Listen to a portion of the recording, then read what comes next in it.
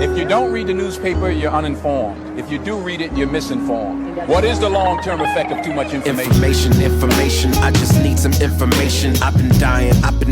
Is it lack of education? I've been reading without any transformation. I'm addicted. Is it overstimulation? Hey. Welcome to the Sixth Sense Report. Hear ye, come one, come all. You are listening to the Sixth Sense Report with Joel Nikoloff and Darnell Samuels. It's that time of, I can't say year or cycle, because in Canada, our elections have no rhyme or reason usually as to when they occur. Well, at least to the outsider, they have no rhyme or reason, I should say. Yeah, I hear you. But yeah, we have our federal election upon us, and we figured we'd bring some experts. Yeah, I was going to say intelligent people with wise opinions. I don't think being a political expert is anything to brag about, but that's a whole other conversation. We can get into that. But these are some young fellas that I listen to when I need my tips and tricks in managing and navigating the political realm. We've worked with them before. Some of you guys might remember them. Please welcome Beyond Culture duo Yvan and Abel. Thank you. I love that intro. And yeah, it's been a long time. I don't know. It's been like a few months since we did that COVID pandemic episode together. You know, dude, we thought that was a year when I recorded that episode. By now, yeah, that was in 2020. I thought by now we'd be in a different situation. Yeah, I thought we'd be in a different situation, but we're not really. Yeah. Mm-hmm. Yeah. No. Thank you guys for having us back on. It's a huge pleasure, and I think you guys oversold us a bit. Oversold. No. Just go ahead. Yeah, just like the rest of, I think, just like most people, we just try to figure out what's going on and try to inform people a bit about politics. But yeah, thank you for having us on. Yeah, no problem. Mm-hmm. Yeah, I guess for Joel and I, the way how we see it as because we cover politics, but we don't talk about politics. We both hate politics. Yeah, so we don't. So our conversations circle around like economic reports and things like that. But I notice you guys are well versed, and you guys actually do your research on what's going on in the political realm. So I think this episode would be helpful for the listeners to make sense of what they heard from the French and English debates and going into this. I think I would argue it's a pretty crucial election, I think. Mm-hmm. Yeah. So for our listeners, the way how the show will break down is we're going to get into like our political convictions, some issues, the underlying issues prior to the debate, and then 3 hot topics of the debate, which we'll be talking about Quebec, vaccine passports, and the housing market, and then our final thoughts on who we think is going to win and what we're going to vote. So yeah, let's jump into this. So okay, guys. So the question. Just so the listeners are able to know where we're coming from and know what our political philosophies and convictions are. Let's get into that. So, Beyond Culture, you guys want to start first and let us know what are your leanings and biases politically? Sure. About you, you can go first. I'll go after you. Sure. Well, for me, I try not to identify with anything in terms of politics, but that can be a little bit hypocritical, But I feel like my I just recently took one of these tests. I don't know if you guys saw this. The New York Times had one of it's just you put in you answer some questions, and then it'll tell you what type of political party you will be adhering. But it was a US version. I took it, and it came out pretty progressive. So, and I think I would say that I'm quite left leaning on a lot of issues. But but in general, like it goes issues. It depends with the issue, but in general, I think I'm quite left leaning. Okay. How about you, Ivan? Yeah, and is there's yeah, it's interesting that Abel started by saying that because on Beyond Culture, we don't ever really talk about exactly talk about politics, and then we leave it at that. And I think we've always done that because also like I remember we were talking when we talked with Matt Lewis. He's a CNN commentator and he does his own stuff as well. He wrote a book and etc. He's from the United States for the people who don't know, Matt Lewis.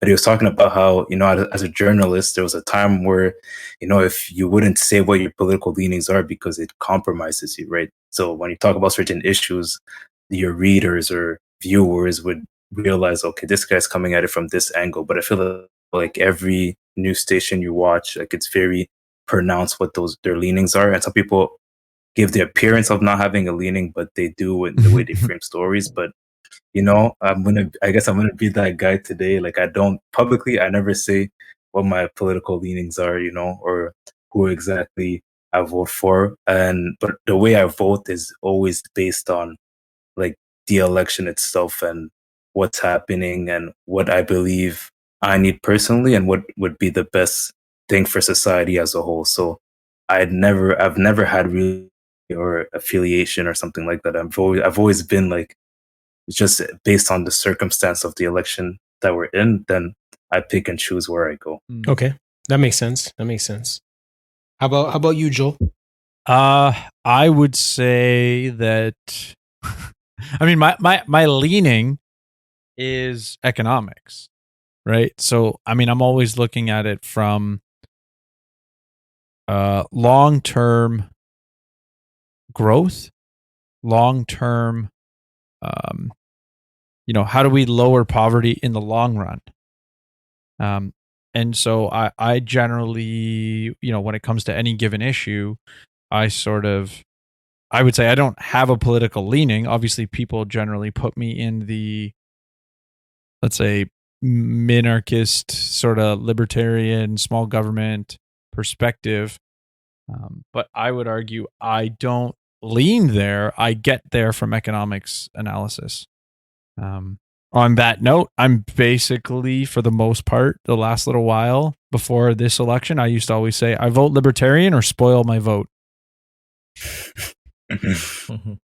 Okay, cool. Yeah, for me, I think part of the reason why, I started doing podcasting in the Sixth Sense Report was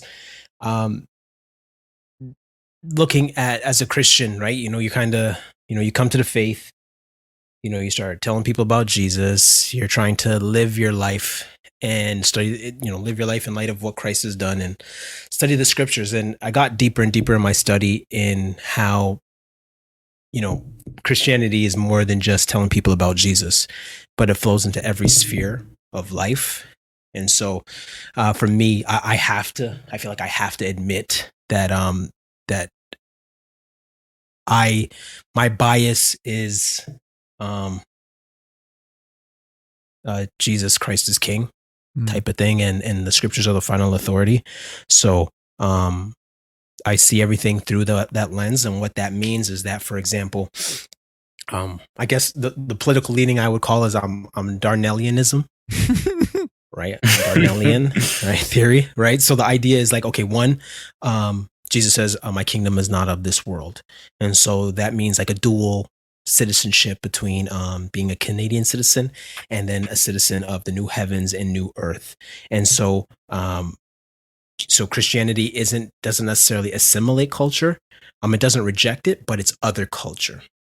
The second point is that the idea of like the 10 commandments gives me a framework for understanding property and property and civil rights and so forth. So, for example, don't steal, don't covet your neighbors, don't covet, don't murder, property rights type of stuff, and the idea of the 10 Commandments being an overarching type of constitution, and that's where our constitution guides our politics And so that would always be the final authority, not necessarily a party.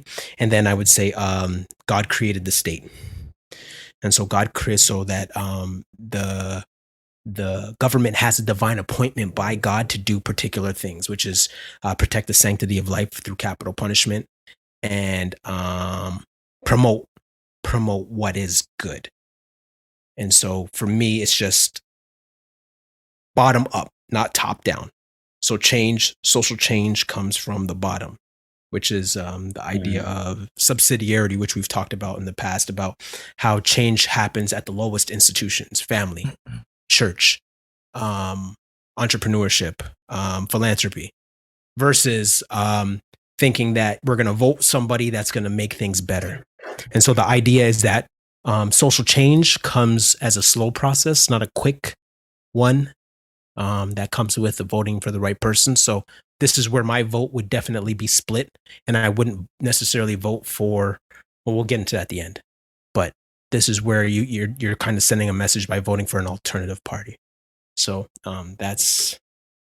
So I'm curious what, like, Darnell didn't make this quote, but I think the quote, it's from, and hopefully this doesn't poison your answer, but it's the quote's from apparently it's Andrew Breitbart, which is that politics is downstream from culture, which I think resonates with what Darnell said. And I'm wondering, your guys' take on that statement, just because, your tagline sort of encompasses that, but in a slightly different way.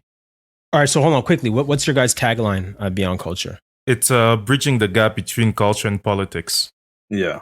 So in light of that, which doesn't, that doesn't, let's say that doesn't totally square with what I've said, right? That culture is, that politics is downstream from culture.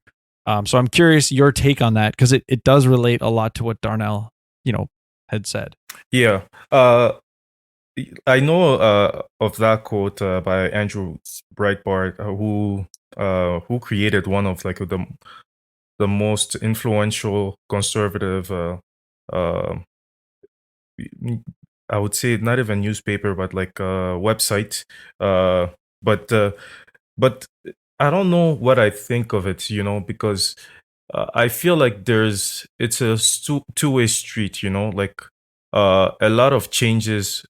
You need the cultural, you need things to be culturally acceptable to do them, like to pass them in politics. Like for example, in terms of legislation, you need like cultural support of the piece of law that you want to pass before passing it, because if you don't, if you're a political party, for example, you'll see that like that will be reflected in your polls, but at the same time, I feel like politics also influences culture, like the fact that you have people who are leaders, and they're on TV every day, and they can kind of change the narrative. And if you have, let's say Aaron O'Toole would become prime minister after this election, instead of focusing on the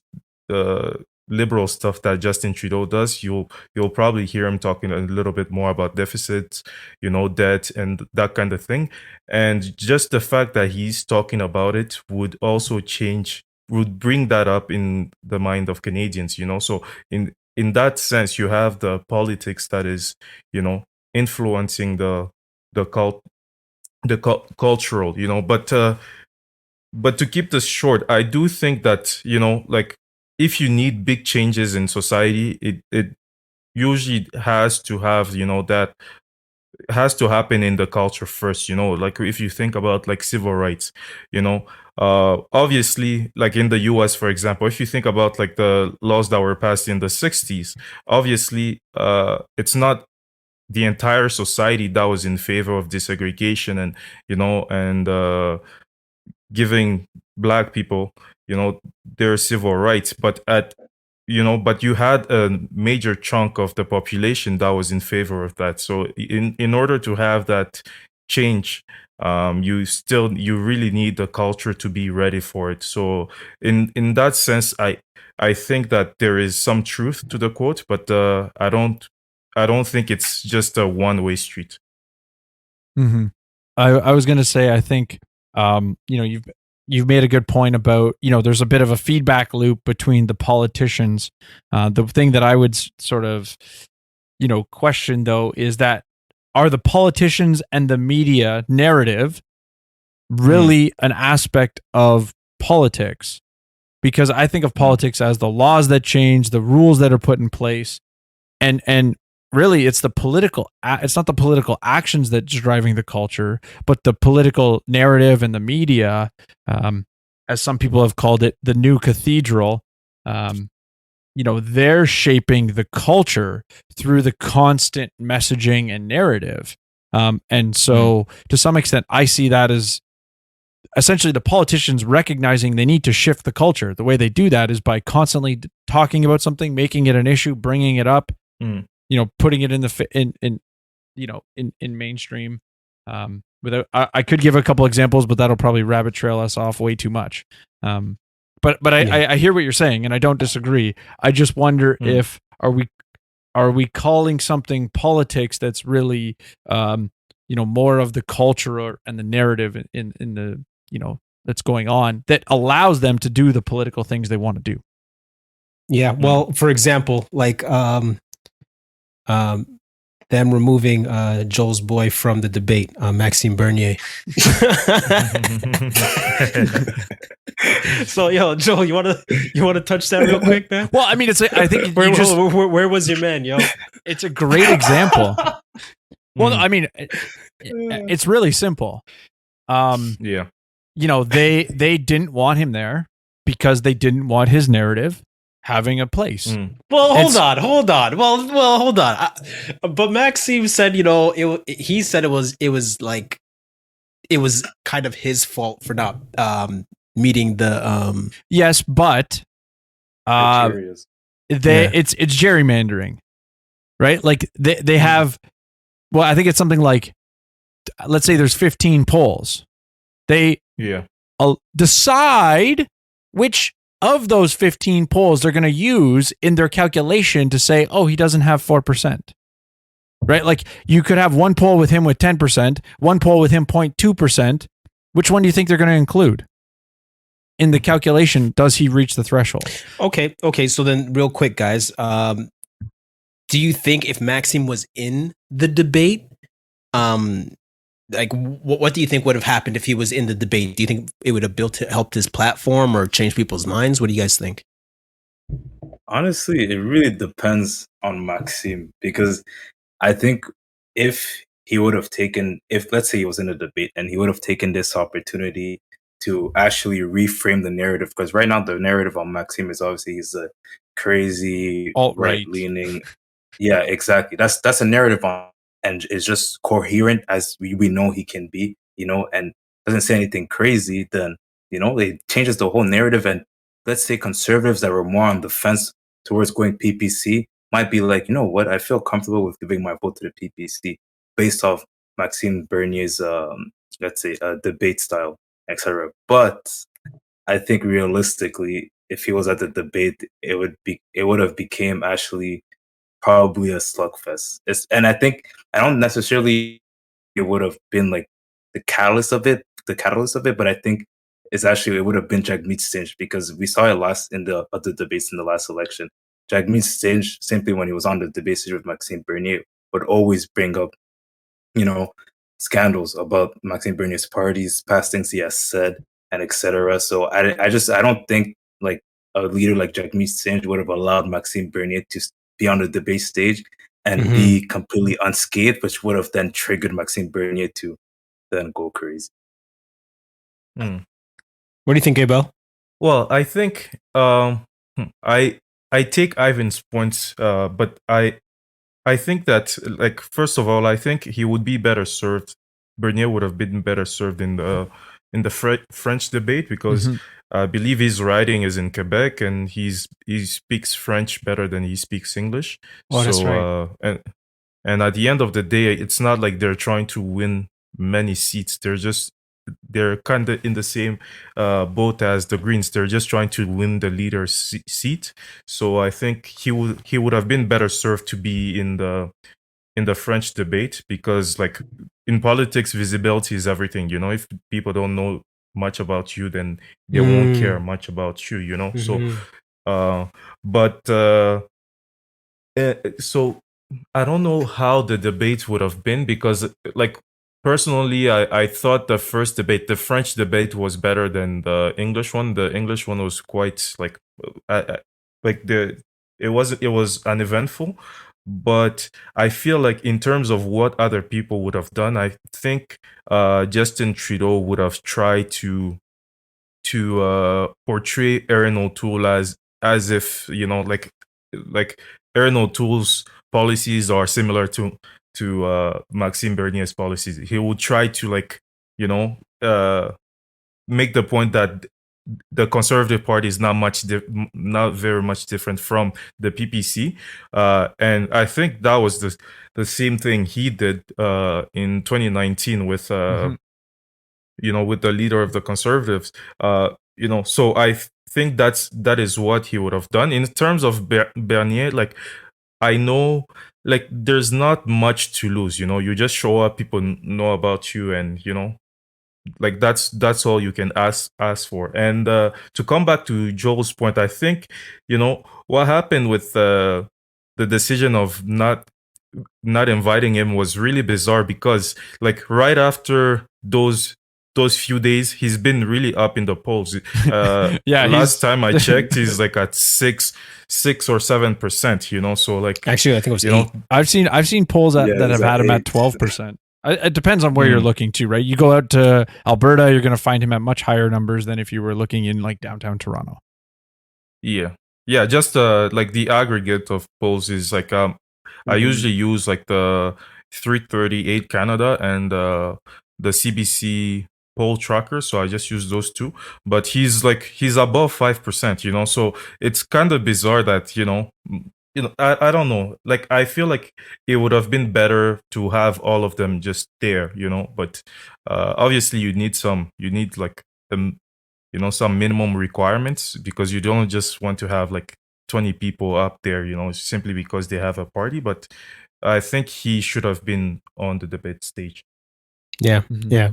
Well, it's funny you brought up you know, the French English debate, and so I guess for me, like, I was thinking, well, why do we even do a French debate? Why are we even like doing that and looking at Quebec? But I from my research, I was seeing that of the 338 seats, Quebec is like a wild card province, the second biggest province in Canada, and they hold about 78 seats of the 338. So, of course, French being the second national language of Canada, and like you said, being visibility for parties to be able to communicate to that community, which is like a wild card province that can, considering that this is relatively, hopefully I'm not wrong, but this is relatively a competitive debate between, or a competitive race between the Conservative Party and the Liberal Party.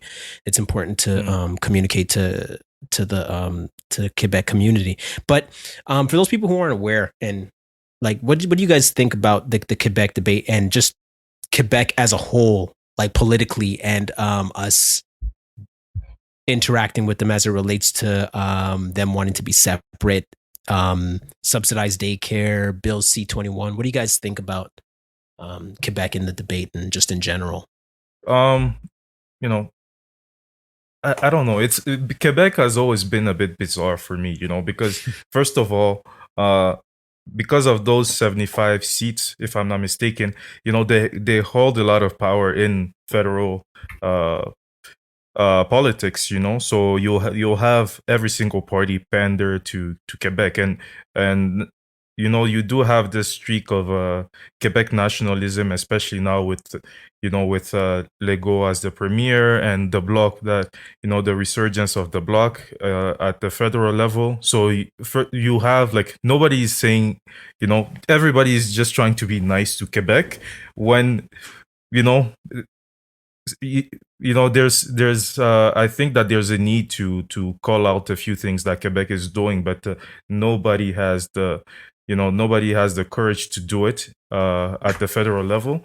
So first, like in 2019, I believe, like Jagmeet Singh said that he was against the Quebec, the law. I forget what's the name, but the one that banned like some religious minorities Bill from wearing C-21. Yeah, Bill 21. Bill C-21. Bill 21. Bill 21, or yeah. So he said that he was against it, and then they asked him, like, what would you do if you were a prime minister? And he was like, well, I wouldn't do anything, like, and even in this election cycle, Jagmeet Singh is trying to avoid those questions. He just said, I'm just against it. But when they asked him, what would you do? He doesn't say anything. Trudeau basically just, everybody is trying not to say anything bad about Quebec, and it's just bizarre.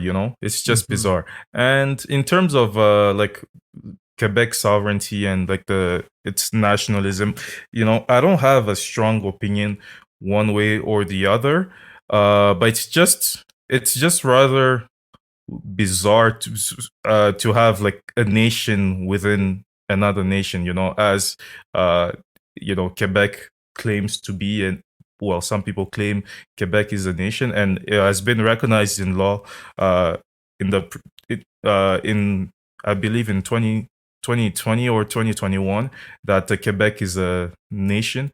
So I don't know. I don't have Bernier like mentioned. a strong, Yves mentioned that. Yves François Blanchet said that. Like, and the way he talks is like all the provinces and Quebec. For him, Quebec is not even a province. So, right. But I don't have a strong opinion one way or the other. But I just feel like if Quebec, if they receive, funds from the federal coffers, then they should also receive some criticism when they're doing something that's unpopular.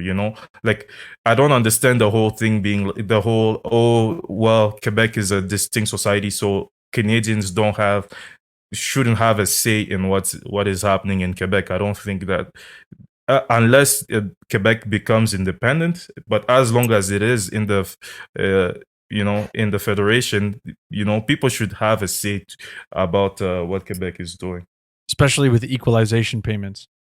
Exactly. Yeah, I've always found interesting about Quebec, because I have a lot of family in Quebec. Every time just going there, going to visit family, and just coming from a different society compared to what we were doing compared to just being in Ontario, especially as a francophone. It was like it felt like in a weird way, it kind of felt like being home in a sense, because in my house we only speak French and etc. So when you live in Ontario, everything you deal with is English and etc. But in Quebec, once you go there, like, your francophone identity becomes so much more pronounced. And in Quebec, I believe, like, and we saw it on the identity is everything. So when you come to a point where, let's say, I don't necessarily think Yves François Blanchet was questioning Trudeau's identity, but Trudeau did see, I don't know if you guys saw that exchange. They had a pretty heated exchange where Trudeau was like, Trudeau was like, yo, I'm Quebecois, I was raised there, I spent all my life there, and etc. My writings there, and etc. Like, Trudeau made it as if identity, because Blanchet asked him, who are you to make decisions for Quebec and etc. And Trudeau made it not a contested issue, because by doing so, Quebecers watching that debate at home are like, you know what, Trudeau is one of us, and Trudeau constantly tries to remind them, because that's a big thing. Identity in Quebec is a huge thing. So more recently, we had the heated exchange between actually the moderator in the English debate.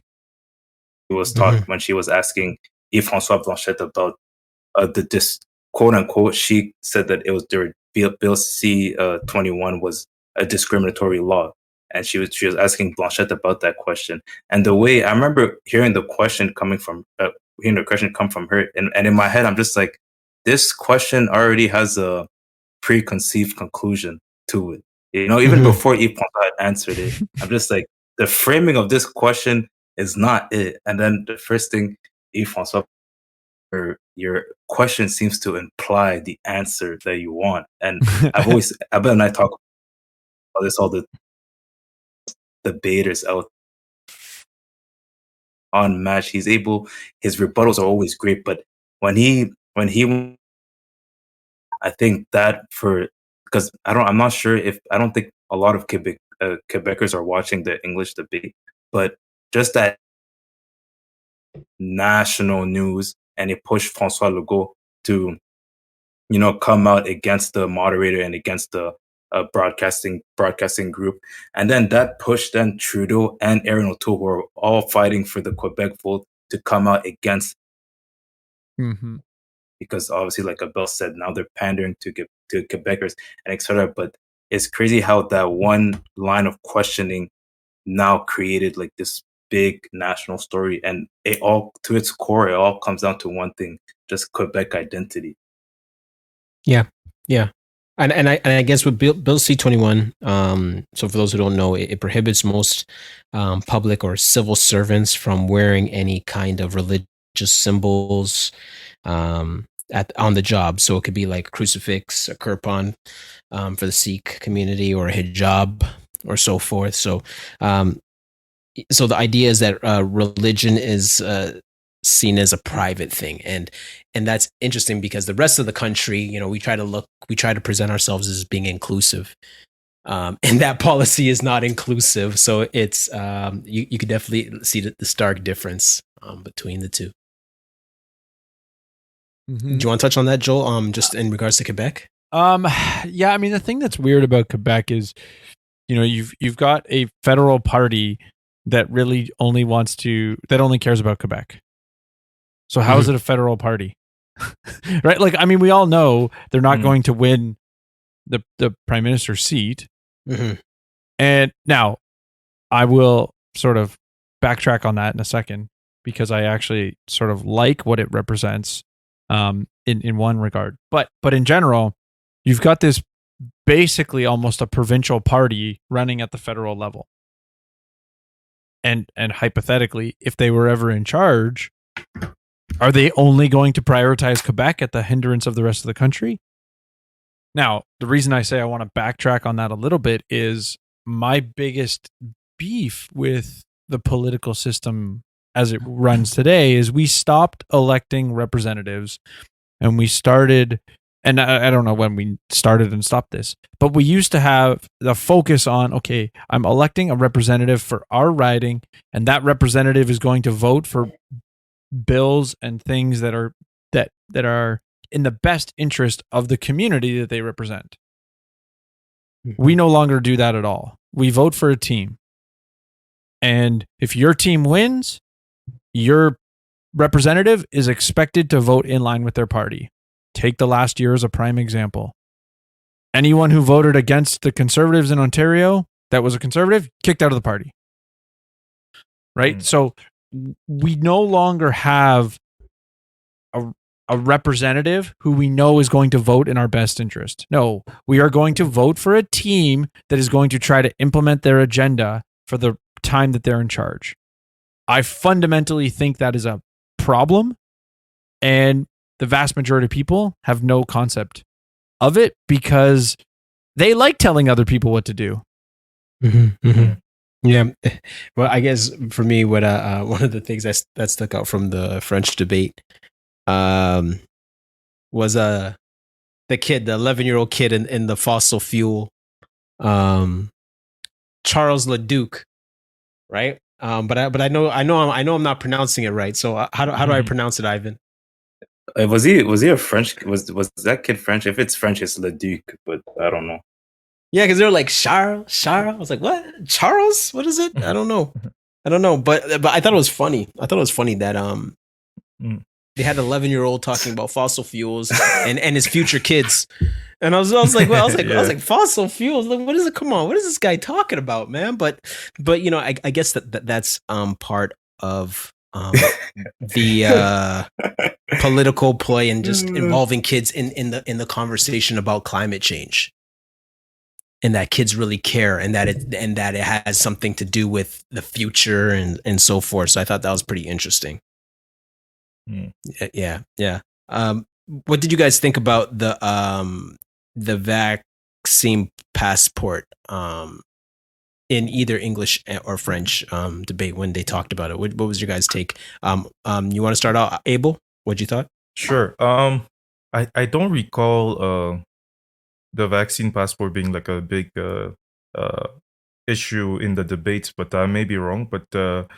But in general, I think, well, the thing that I remember is that Trudeau tried to use that to say that, Erin O'Toole is not serious in regards to COVID. And he said something like he doesn't support vaccine passport, and he can't even get his own candidates to get vaccinated. But I think that was the only, that was the only thing that stood out for me. But I'm not sure. I feel like I don't know how. I feel like people don't want to talk much about it, like on the campaign trail, because like the country is still split on vaccine passports, but so like as a political party, you don't want to touch on something that's controversial. You can propose it and you can support it, but you probably won't bring it on the front lines, when talking about issues. But like, do you also want like my opinion about vaccine passports in general, not just yeah, about... sure. Like an idea of like, where do we go? Where do you foresee this whole thing going? Just in light of this election. Yeah. Well, like I didn't think that many Canadian provinces or cities or jurisdictions in general would adopt that, would go for vaccine passport, because like at the beginning of the, like of the vaccination campaign, Canadian got vaccinated pretty quickly. Like as soon as Canadians got vaccines, like when Canada got vaccines, like the Canadians got vaccinated really really fast, and we beat like the US in terms of like the rate of vaccination. Like we surpassed the US quite quickly, and we're still quite ahead of many countries, even like European countries. So I didn't think it would be an issue, because I just thought that like as soon as when you get to like that 80% mark, you'll have enough herd immunity where COVID will like it'll kind of go back, like it won't be in the mind of many people. So I didn't think like political parties would actually try to implement something that is controversial. But here we are, and it's quite interesting, because like for example in Ontario, Doug Ford said that he wouldn't support a vaccine passport, but he like his government just proposed one recently. But I don't know if they're here to stay, because like even in the UK, for example, I just read the news that the government dropped a plan to have vaccine passports for nightclub and other like huge venues, but because it's just controversial, so I don't feel like it's gonna stay for long. I think they're using it to kind of get over that hump and get over like the 80 to 90% mark. What do you think, Yvan? Yeah. What I find interesting about the vaccine passport is that it really plays into the hand of a leader like Maxime Bernier, because it gives them an issue that is splits Canadian the issue or the other. Because let's say you're somebody that got let's say you're somebody that got vaccinated, you're double vaccinated, etc., and you kind of were hoping for things to go back to normal after you got vaccinated, but for a long time things didn't really go back to normal. And I talked about this a bit on Beyond Culture. You're kind of looking at Justin Trudeau and the government as what was the whole point of getting vaccinated? What is the incentive other being staying healthy and keeping your family healthy, etc. Other than that, in terms of normal day-to-day life, for a long time there was no real incentive or, let's say, quote unquote reward for getting vaccinated. Now, what this vaccine passport does, like if implemented, basically kind of gives you that, you got vaccinated, now you're able to enjoy the freedoms, quote unquote, that you enjoyed pre-pandemic. Obviously, with a certain level of restrictions, but those freedoms. Now, on the other side, if you're not vaccinated, and people are not vaccinated for various reasons, but let's say you're on the anti-vaxxer side of the country. For you, this is kind of you kind of view this as government tyranny. And what's interesting about this is that those people that were that are we'll call them anti-vax for the sake of this discussion. But those people that were anti-vax have always predicted that we would get to this point. Like, just hearing their arguments at the beginning of the pandemic, hey man, they're gonna lock us down. They're gonna lock us down for a few weeks, and they're gonna keep doing it. Then we're gonna keep doing it, and lo and behold, that's what happened. With the vaccine, they're like, oh, they're gonna, you know, do it. They're gonna make it so that it's mandatory for you to have a vaccine to do anything else, and to move around. And we're at that stage. I'm not saying that these are great predictions by them, because I think anybody could have predicted this, really, but I'm just saying it kind of gives them a rallying cry, anti-vax side, because you're like, they're literally doing exactly what we thought they would be doing. So now they have even bigger fears after this, about what the government can do going later on. And I think this has really served Maxime Bernier well. And I think that's maybe part of why also he's been up in the polls. Like the polls I saw today, he was like at 8%. He was at 8%. I think that has really it has played well for him. But it's weird to see, because Canadians are very split on this.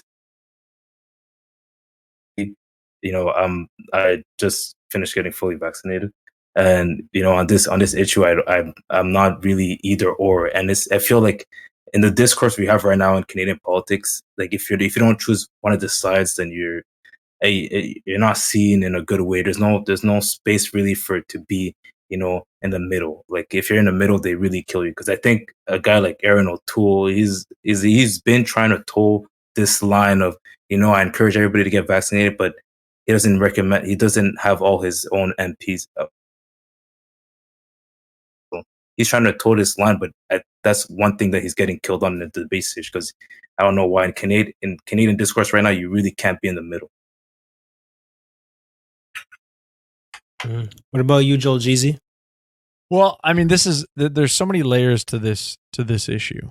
I would say fundamentally, this is why Maxime's not at the debate stage. Because to your point, like this issue is the thing that is it giving him, fuel.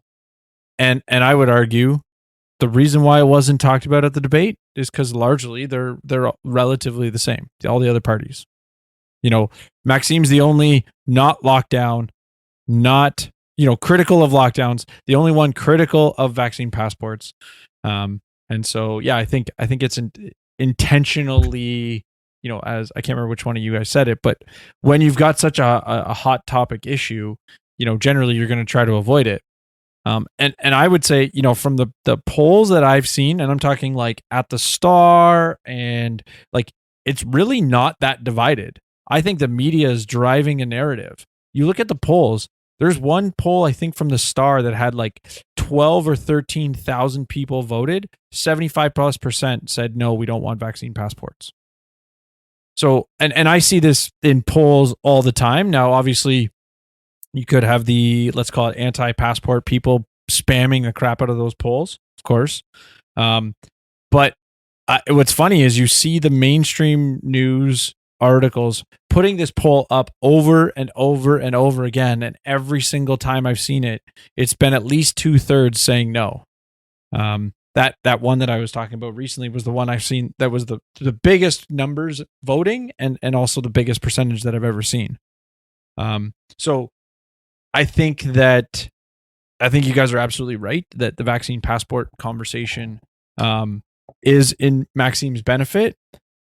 But I think the bigger, issue of why he wasn't there is because nobody wants to talk about what's the point, right? Like the vaccine passport makes zero sense with regards to the objective of fighting COVID. It only makes one sense. Have more people get the vaccine. But if you go look at Israel's data, you go look at Israel as a country. They implemented the vaccine passport. Mm-hmm. Then they got rid of it. And now they're locking down again. The vaccine passport and then they brought, I broke the continuum. They brought the vaccine passport back. Then they locked down only the vaccinated. Then they locked everybody down again. I'll be as bold to say, I expect you're going to see some further locking down.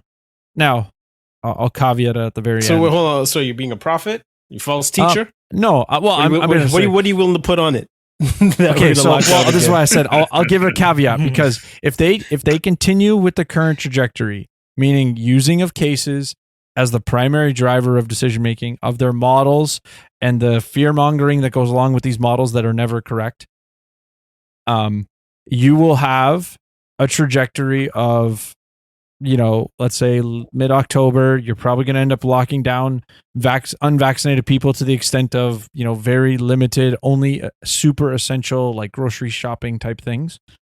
And eventually you're going to end up with another lockdown, I think by the end of November, if not middle of November, full lockdown, it will be done. And it should expose the hypocrisy of the objective. I hope you're wrong, man. Passport.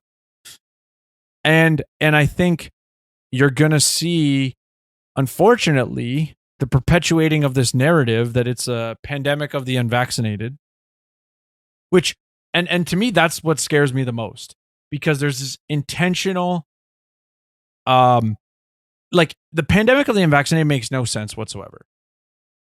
Right. I've got a quote here. It's in an article. I can put it, but it's from a Dr. Mark McDonald.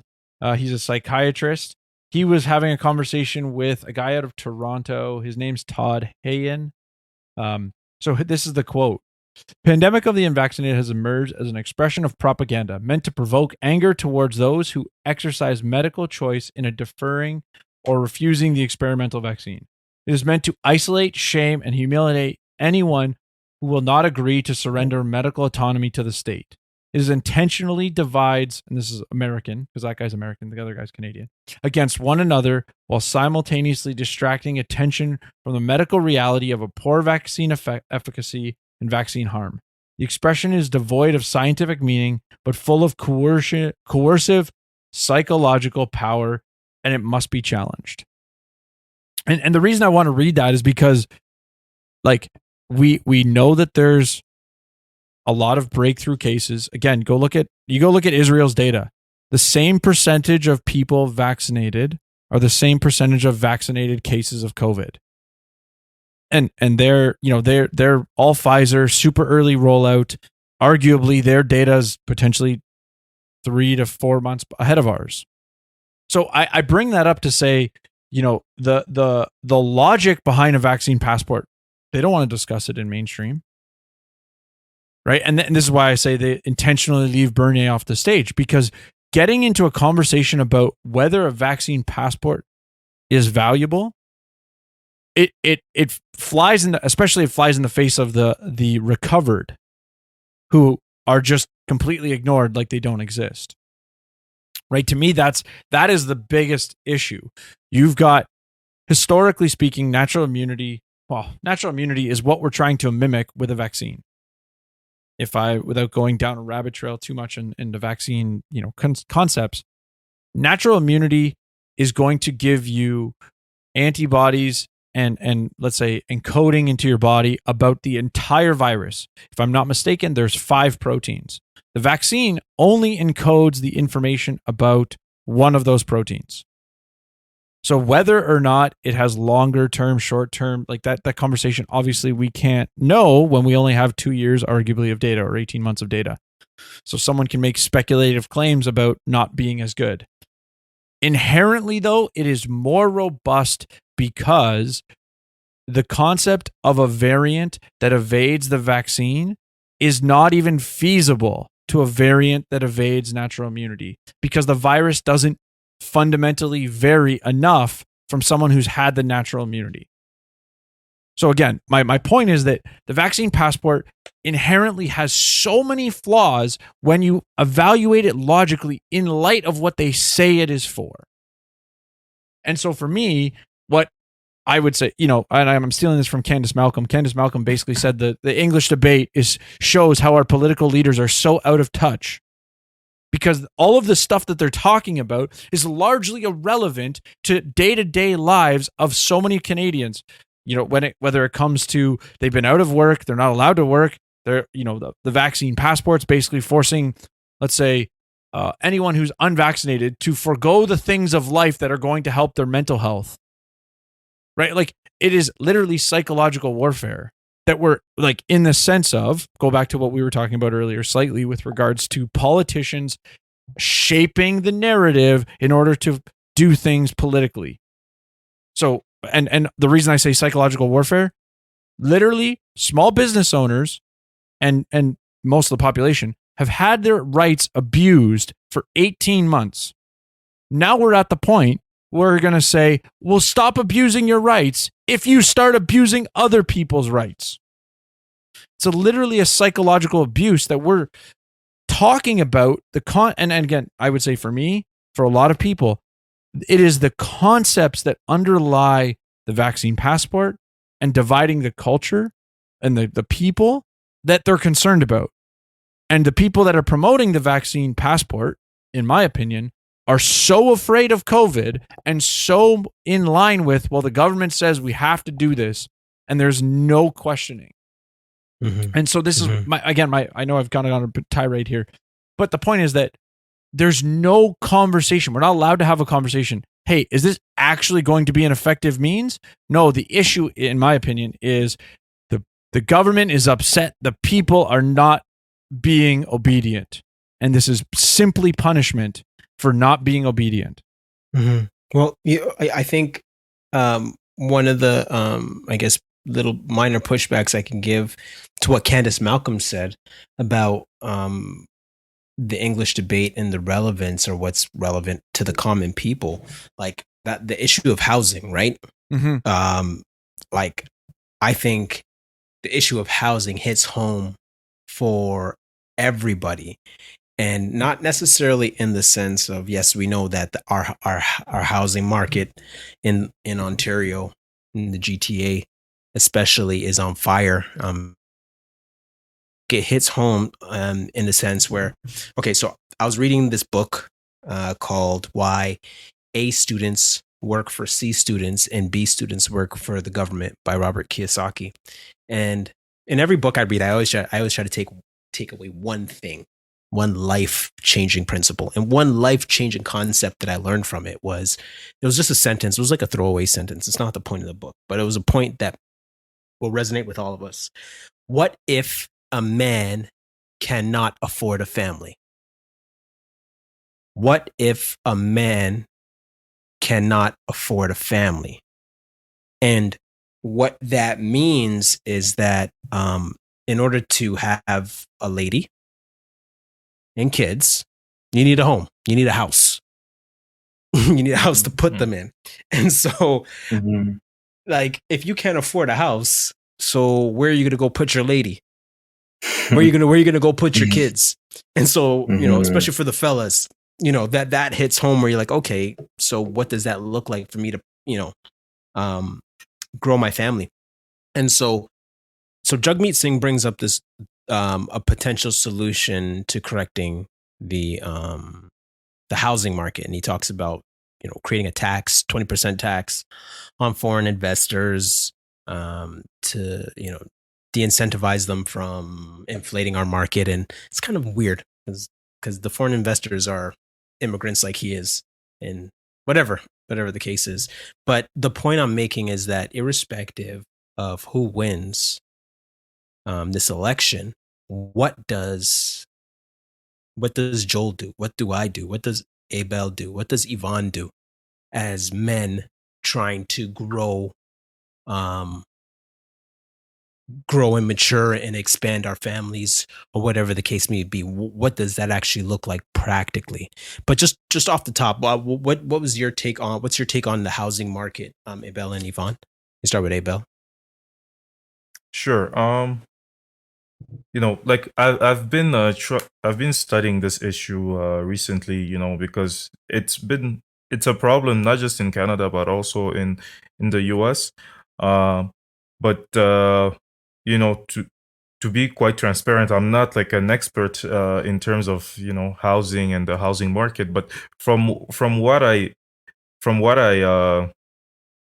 learned is that like we have a supply issue, and Canadians, we're not building enough homes, so they're like our population is growing faster than how many houses we're building. But I feel like for the most part, like most of the parties are aligned, like whether it's the conservative or the liberal that will be in government after the election, there will be a ban on foreigners buying homes in Canada for at least 2 years. That's in the platform of both the conservatives and the liberals. But I feel like they're the solution that they are proposing are not really going to have strong effects. Like there are marginal solutions. Like one thing that I feel like they didn't talk about is zoning. Like zoning laws. Yep. I think that like in many Canadian cities, in the big cities, you have like this thing called single family zoning. That basically, and I'll just read the definition from Wikipedia. So single family zoning is a type of zoning in the US and in Canada that restricts development to only allow single family detached homes. So basically you have these laws that basically tell you that you can build, let's say you can build a three like you can build like a 3-story apartment in this area. You just have to build like a single family home, and that kind of restricts developers from being able to build larger apartments or homes. So I think that like that should have also been addressed in the debates, and it's not just in the debate but also in the platforms. I don't see I didn't see any mention of it in any of the platforms, because I went through all the platforms as we had like a post on Beyond Culture to like inform people about like the platform. So I didn't see a mention of that, and it's quite, it was quite noticeable, and it's quite interesting because down in the US, like at least left-leaning parties have started to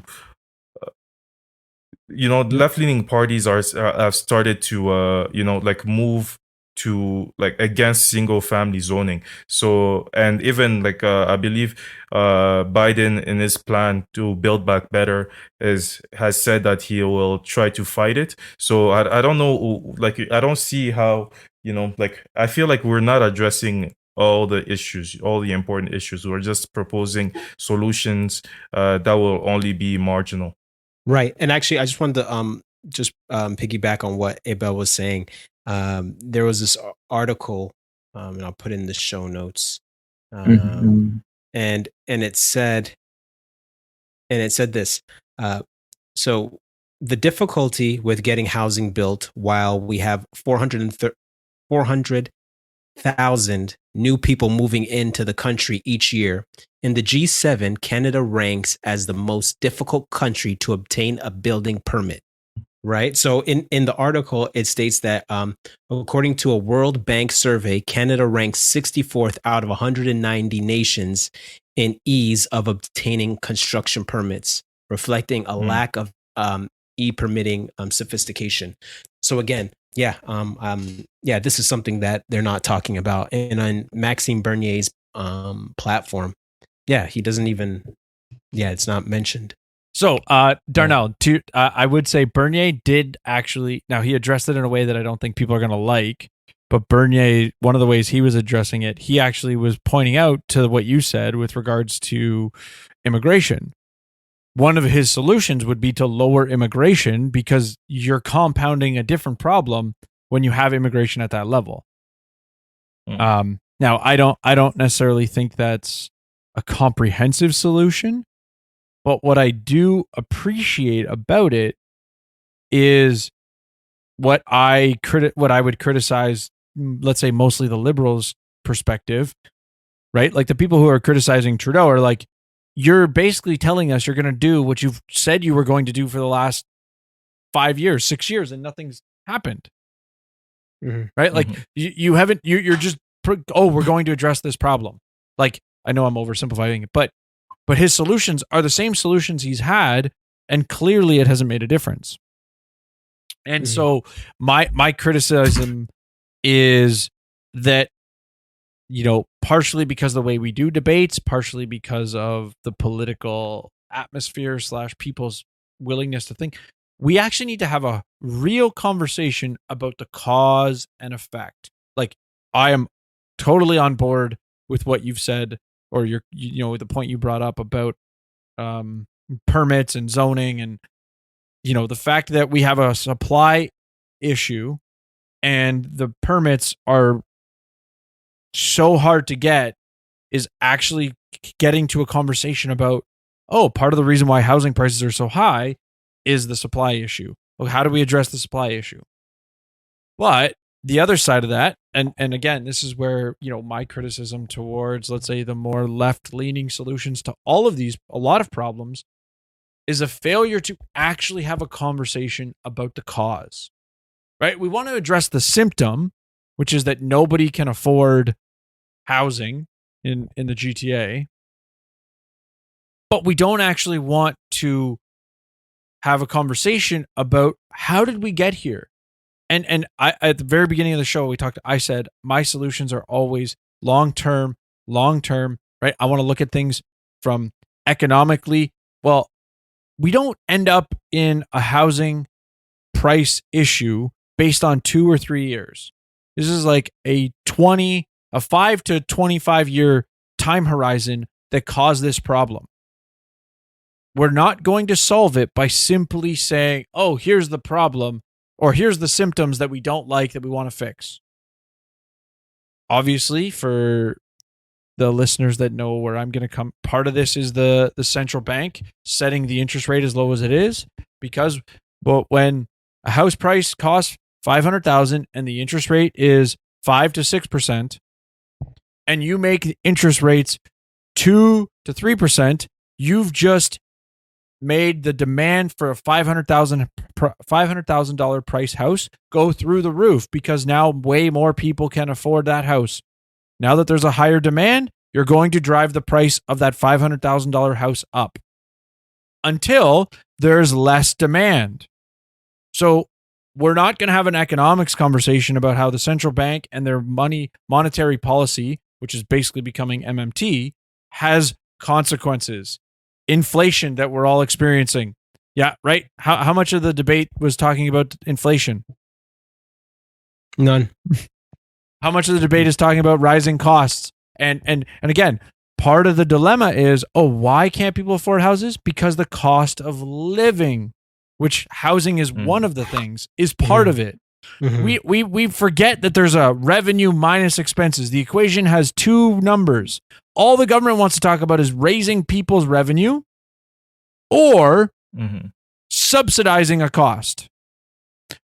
They don't ever actually want to have a conversation about why are the costs a problem. Right? Same thing. We can have the same conversation regarding childcare. Childcare costs are too high. What's the solution? Other than and even the conservatives is sort of this way, but all the other parties are basically like, we're going to get you $10 a day. Okay, it doesn't make the cost $10. It's making the cost to the consumer $10. Who's going to pay the rest of it? Is that actually going to solve the problems that are causing childcare to be too expensive? No. It's just symptom management. And so this is where I would say I 100% agree with Candace Malcolm, because the leaders' debates are only about, here's what I can do for you, so you'll vote for me. Yeah, no doubt. I guess for me now, Darnellianism, in my political perspective, I think it's important as a listener when you're watching debates or even just engaging in politics. We have to think about what are you going to do after? So even like, for example, what are we going to do to solve the housing market issue? Well, I have an idea. We should educate our kids in real estate from grade 1. That should be a class where you're understanding real estate and that buying is not the only option. Renting is also a really viable option in other ways to get investments. A house is not an asset, these kind of things. Because the market is what it is. But I always believe that, like Darnellianism, we always got to have a hope that regardless of who wins, I don't want to see a Trump situation where when Trump got into office, people were crying and acting like the world was over. Right. So I don't want to see, if Trudeau wins, I don't want to hear no kind of crap about the world's coming to an end. And, I'm not going to be able to do my thing. If there's a will, there's a way. There's always a hope. So in light of that hope, what are your guys' predictions for this election? Just real quick, because I also want to hear who you guys are going to vote for. So just real quick off the bat, who do you guys think is going to win? Starting with Abel, who do you think is going to win? Well, right now it's looking like if I had to bet, I would say like a liberal minority government. But what is interesting for me is I'm just wondering how many seats will the Bloc win again, and how many seats will the NDP win. So I want to know, like, are the NDP going to have enough seats to work with the Liberals by themselves, or will the Liberals need both the NDP and the Bloc to form government? But that's just my prediction. But I feel like it could go either way in terms of who can win most seats. But I just have serious doubts about the Conservative Party being able to find votes, to form government, either from the Bloc or the NDP. Mm-hmm. Well, what about you, Yvan? Yeah, when it comes to politics, I hate making predictions because anything can happen. I only make predictions when my favorite sports team is playing. But for the sake of this conversation, I'm gonna say like probably a liberal minority. But there's also I think that's so that would be Justin Trudeau. But I also think there's interesting visually like what's gonna happen in Toronto Centre. So. And there you have Marcy E and Annemie Paul. And Annemie Paul obviously needs that seat, because she's the leader of the Green Party. And Marcy Ian has been quite popular in that riding. So for me, that has been as important as the big picture is. I think that what's happening in Toronto Centre is also very interesting to me because there's a lot at stake there. Mm-hmm. What about you, Joel? I think my initial thought, like when the campaign first kicked off, I was starting to think Trudeau was maybe going to even get overtaken by NDP because he was riding such a ridiculous dumpster fire with regards to being so divisive. He was getting heckled like crazy. The media's, let's say, turned a little bit. They seem to be, I would almost say they're playing a little bit of games, like in case the Conservatives get in, we don't want them to cut the CBC's funding, that sort of, they're trying to play a little bit in the middle. So I would say I'll step back from that a little bit. I don't think the NDP is actually going to overtake the Liberals, but I definitely don't see Trudeau getting a majority. I think it is going to be sort of like the last couple, the last couple elections. Let's say even in Ontario, You're like, I don't know who's going to win. I would like to see what I would say. I've always said this more recently to people. I want minority governments for the rest of my life. Because I don't want a government who can just push through whatever they want. Now, that said, the NDP, I think, and you guys, I'm stealing this from listening to your show. You guys were talking about how the NDP has been able to sort of put the Liberals in a tough spot where they've been able to push through a number of things because of the current dynamic. Personally, what I would like to see is, I mean, my view is the Conservatives are just progressives driving the speed limit. So even if the Conservatives get in, they're basically just the progressives. Now, are they going to police the speech and online speech the same way? No, but outside of that, I don't see them fundamentally doing a lot of things differently. So my attitude is I would like to see a conservative minority where that requires a coalition with like a handful of PPC votes, just as a means to provide balance that I think our current system has lost due to the fact that we elect teams and we don't elect representatives. And those the representatives can't vote against a bad policy. No, they have to vote with the party. So that's where I think the minorities and I would rather, like, if you look at some of the countries like the like Sweden, Denmark, those countries, I think Denmark's the one I'm thinking of specifically. They have like 9 parties. And like they don't have this same level of like, the prime minister's trying to act like a dictator at times and push through their agenda. So I think I would say it's probably going to be a toss up between a minority between the Conservatives and the Liberals. If the Conservatives win, technically the other parties could form a coalition against them. I think most likely is what's likely. So, although I do, I think for liberty, and my concern, like, I don't remember which one of you guys said it about vaccine passports. The concern is what it represents. What's the trajectory? That to some extent, that's where I think another lockdown sort of exposes the failure of it, but it also prevents sort of the trajectory that it does represent, which sort of gets into the the Chinese credit score type of a thing, and the reason I bring that up is because for the people that were criticizing vaccine passports in, let's say, April 2020, is because they know vaccine passports have been a thing at the UN and those organizations level for years, like from 2010 to 2015. This is something they've been writing about, that they've been wanting. They wanted it for flu shots, like, and so, there's I'll steal the quote. I want to say it's like Thomas Sowell or Milton Friedman. I don't know which one. There's nothing as permanent as a temporary government program. That's Friedman. Yeah, I was gonna say Friedman. I thought it was Friedman, but I didn't want to fail because I didn't double check. Yeah, no.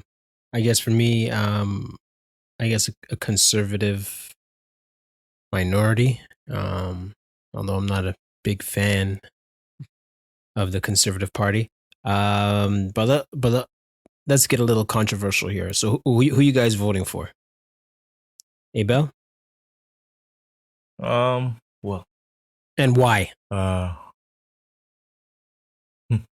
That's a good question, but like, I'll just give some context. So I felt like, just like many Canadians, this election was, like, we're in this election for selfish reasons, meaning Justin Trudeau's he's trying to, he thought that he could get a majority government, because of how high his polling numbers were.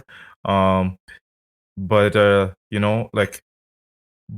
apart from that, there wasn't like a need for an election right now. Even, and I talked about this on our previous episode on Beyond Culture. Like the reason Justin Trudeau gave was that the country needs to make these decisions, important decisions, because this is a unique moment in the country's history, and the country needs to choose where it should go. But given his reason, I was expecting that the liberal platform would be, eye catching. Like they could that he would have some juicy ideas. Like, to use a term that he used. He asked candidates, liberal candidates around the country to come up with juicy ideas. But like, the platform is like, there's not much there. So I don't see, so I don't see why exactly we're in this election. So that kind of rubbed me the wrong way. But to be honest, I'm kind of undecided at this moment. Like, I have to do some more homework on like the specific candidates in my writing, but I'm quite undecided. But I don't think, for what I care about, I don't think I would be voting for like the Conservatives or the PPC. But so I have to think about like which of the three parties left I could support. How about you, Ivan? Personally, in the beginning of the show, I didn't share my political leanings, and I hate to be this guy, because it's part of the conversation. But I also cannot share who I'll be voting for. But I'll say this: Abel and I talked about this. We're talking about this whole term of strategic. We've always kind of see it at a certain point in the then liberals, insiders pushing for the NDP voters to go into a conservative. And I've been against that ever since, even during the 2018 provincial election. Like, I don't believe in that, because we vote for MPs in our own writing. So is really a battleground. Like, Toronto Centre going to determine a lot for and me, Paul. In the grand scheme of things, in terms of this election, it's not going to determine much, but just in terms of what happens with the Green Party, it's going to determine a lot. But she's also facing a candidate like Marcy Ian, who has been absolutely, everywhere in terms of just a promotion and what she's done in terms of her campaign. Like, she's been everywhere in Toronto, and she's in Toronto Centre, organizations in a way, So, yeah, it's very, in my writing, the race is it's a big toss up. I'm not going to say what I'm voting for, but that I just wanted to put it out there. I'm in the Toronto Centre writing, and yeah, it's going to be a big decision. Yeah, for sure. What about you, Joel Jeezy? So as I said at the beginning of the show, sort of more recently, I've been basically voting libertarian or spoiling my vote. I distinctly recall spoiling my vote at least in one election, because I would say, I'll say this: I'll probably never vote for a conservative ever again in my life. Well, wait, you said again. What do you mean by again? Well, like, okay, so I grew up in a Christian home, sort of like, the narrative of like, we have to vote the conservatives because they align with Christian values is sort of like what I grew up in. And then, finding, let's say probably around 2008, essentially the Ron Paul era, and sort of taking ideas and making them my own, as opposed to like, this is what my family thinks, or this is what, I'm supposed to think. I really, around that time frame, really started making everything my own. I mean, I would say like I was baptized at that age because I was like evaluating my faith and going, okay, I have faith because I don't really have faith. I have like this Christian culture because I grew up in it as opposed to actually being a Christian. And so, you know, around that time frame, I sort of have reconfigured everything from a perspective of like, well, what do I believe? What do I and you know, as I said before, I think the stuff they debate on the stage is largely, I didn't necessarily say this, but I think it's largely irrelevant. They're talking about, you know, 5% of the issues. If you look at it from a budget perspective, you know, how much of the money are they handing out to corporate, you know, to lobbyists, to that are things that the public are paying for, but we don't actually talk about. The conservatives are guilty of that. The liberals are guilty of that. There's so much things that they spend money on that are essentially not for their voters, but the voters don't know about. And so, I voted conservative growing up my whole life, or, you know, up until that sort of 23, 24 time frame when I started making these decisions or thinking about these things intelligently, as opposed to just, this is what the Christians do kind of approach. I basically will never vote conservative again. I would say that I basically vote, historically, I vote libertarian as a means to protest to the conservatives that you don't represent me. Right? I look at my vote. One, my vote's not going to change the election. Like, let's get serious. You know, one individual vote will not change the election unless the election is within one vote. So my vote is primarily a signal of where I stand. And so I actually this morning I voted PPC, and I would say I'm not actually a huge fan of the PPC. Bernier is like, in terms of a conservative bubble, I like him because, you know, he has a economics libertarian leaning. But there's a lot of things that I'm like not so big on. So yeah. That's my 2 cents and what I did. Okay. And for me, I've always leaned conservative, but I'm realizing just from my studying that the idea of conservatism doesn't mean anything. Like the etymology of the word, all it means is conserving, and the idea is, what are you conserving? And so when I look at the platform of the Conservative Party, they don't seem to be trying to conserve anything, but trying to progress to keep up with the liberals, hence why they're known as progressive conservatives. So, yeah, what are you trying to conserve?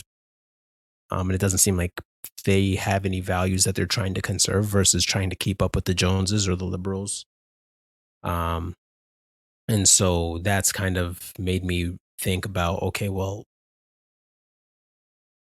I have to start like looking at other options. And now, of course, the idea of splitting the vote, and because, you know, maybe the best out of two options is to vote for the conservative, but I think another option is to also to send a message. And I believe a lot of people are kind of changing their minds. And I think in light of COVID and the lockdowns, I think everybody's been forced to become political theorists, which is good. So people are talking more about politics. And I think the more people are talking about it, the more they're getting introduced to new ideas about politics. And hence, you know, you have ideas of liberty and so forth. So for me, I'd probably vote PPC.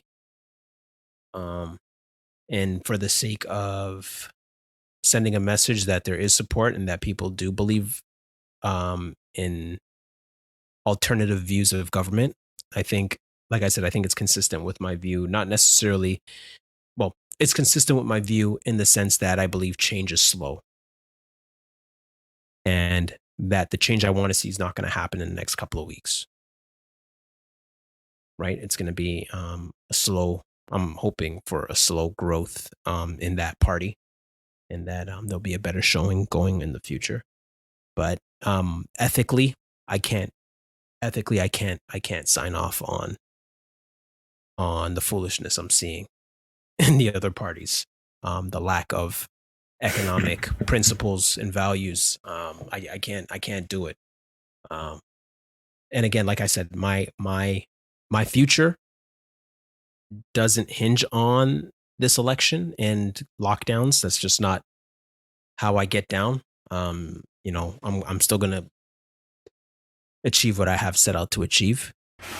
Not because I'm like a super person, but I believe that if you work hard, you develop skills that people can't turn down, there'll always be opportunities for you to make a living and fulfill your calling that God has given you. So I try to look at things from what's it called? The economies of scale. So I believe that change happens within the influence God has given you. You've placed your vote. Whatever happens to the country, it is what it is. But in regards to my sphere of influence in my home, I still have control over that and how far I go in life in regards to my career and so forth. So long story short, I'm going to vote PPC and pray for the best for the country. Yeah. Well, I think that answers all of our main points. Did you guys have any final thoughts? Any of you guys? No, I don't really have any. Yeah. Well, good. Well, thank you, Yvan and Abel, for coming on the show, Beyond Culture. Thank you guys for what you do. Thank you for having us. Yeah. And you guys should check them out. Yeah. So if our listeners want to check you guys out, how can they find you? Sure. So you could find the podcast everywhere you usually listen to your podcast. So Spotify, Apple Podcast, Google Podcast. Just write in Beyond Culture. But also we have a website. You can go to beyondculture.ca for everything that we do. We have blogs. We have regular episodes, and like even the posts that we post on Instagram are also on the website. So it's much easier to find us if you just go to the website beyondculture.ca. I'll make sure to put that in the show notes page. Make it easy. And thanks again. Hopefully, some of our conversation maybe helps the listener think through some of these issues for themselves. And as they head to the polls. Yeah. Exactly. And thank you guys for having us on. It's always a pleasure to be here. And, I usually find these conversations really, really important and interesting because, like, obviously we come from, we have, different views, but we can still, sit down and talk and, try to find some common ground. And even if we don't, we can just argue and, in a civilized discourse way. Yeah, this is good. So thank you guys for your time and your expertise. Exactly. Experts. And no, thank you Joel and Darnell, thank you for having us. It's great to chop it up with the OGs of podcasting. The OGs. I'm sure you'll be passing us in no time with your episode count. Don't worry. No. This is fun. All right, guys. Yeah. 6 cents makes change. But you heard me? Does that make sense? Madden and Mitchell Media.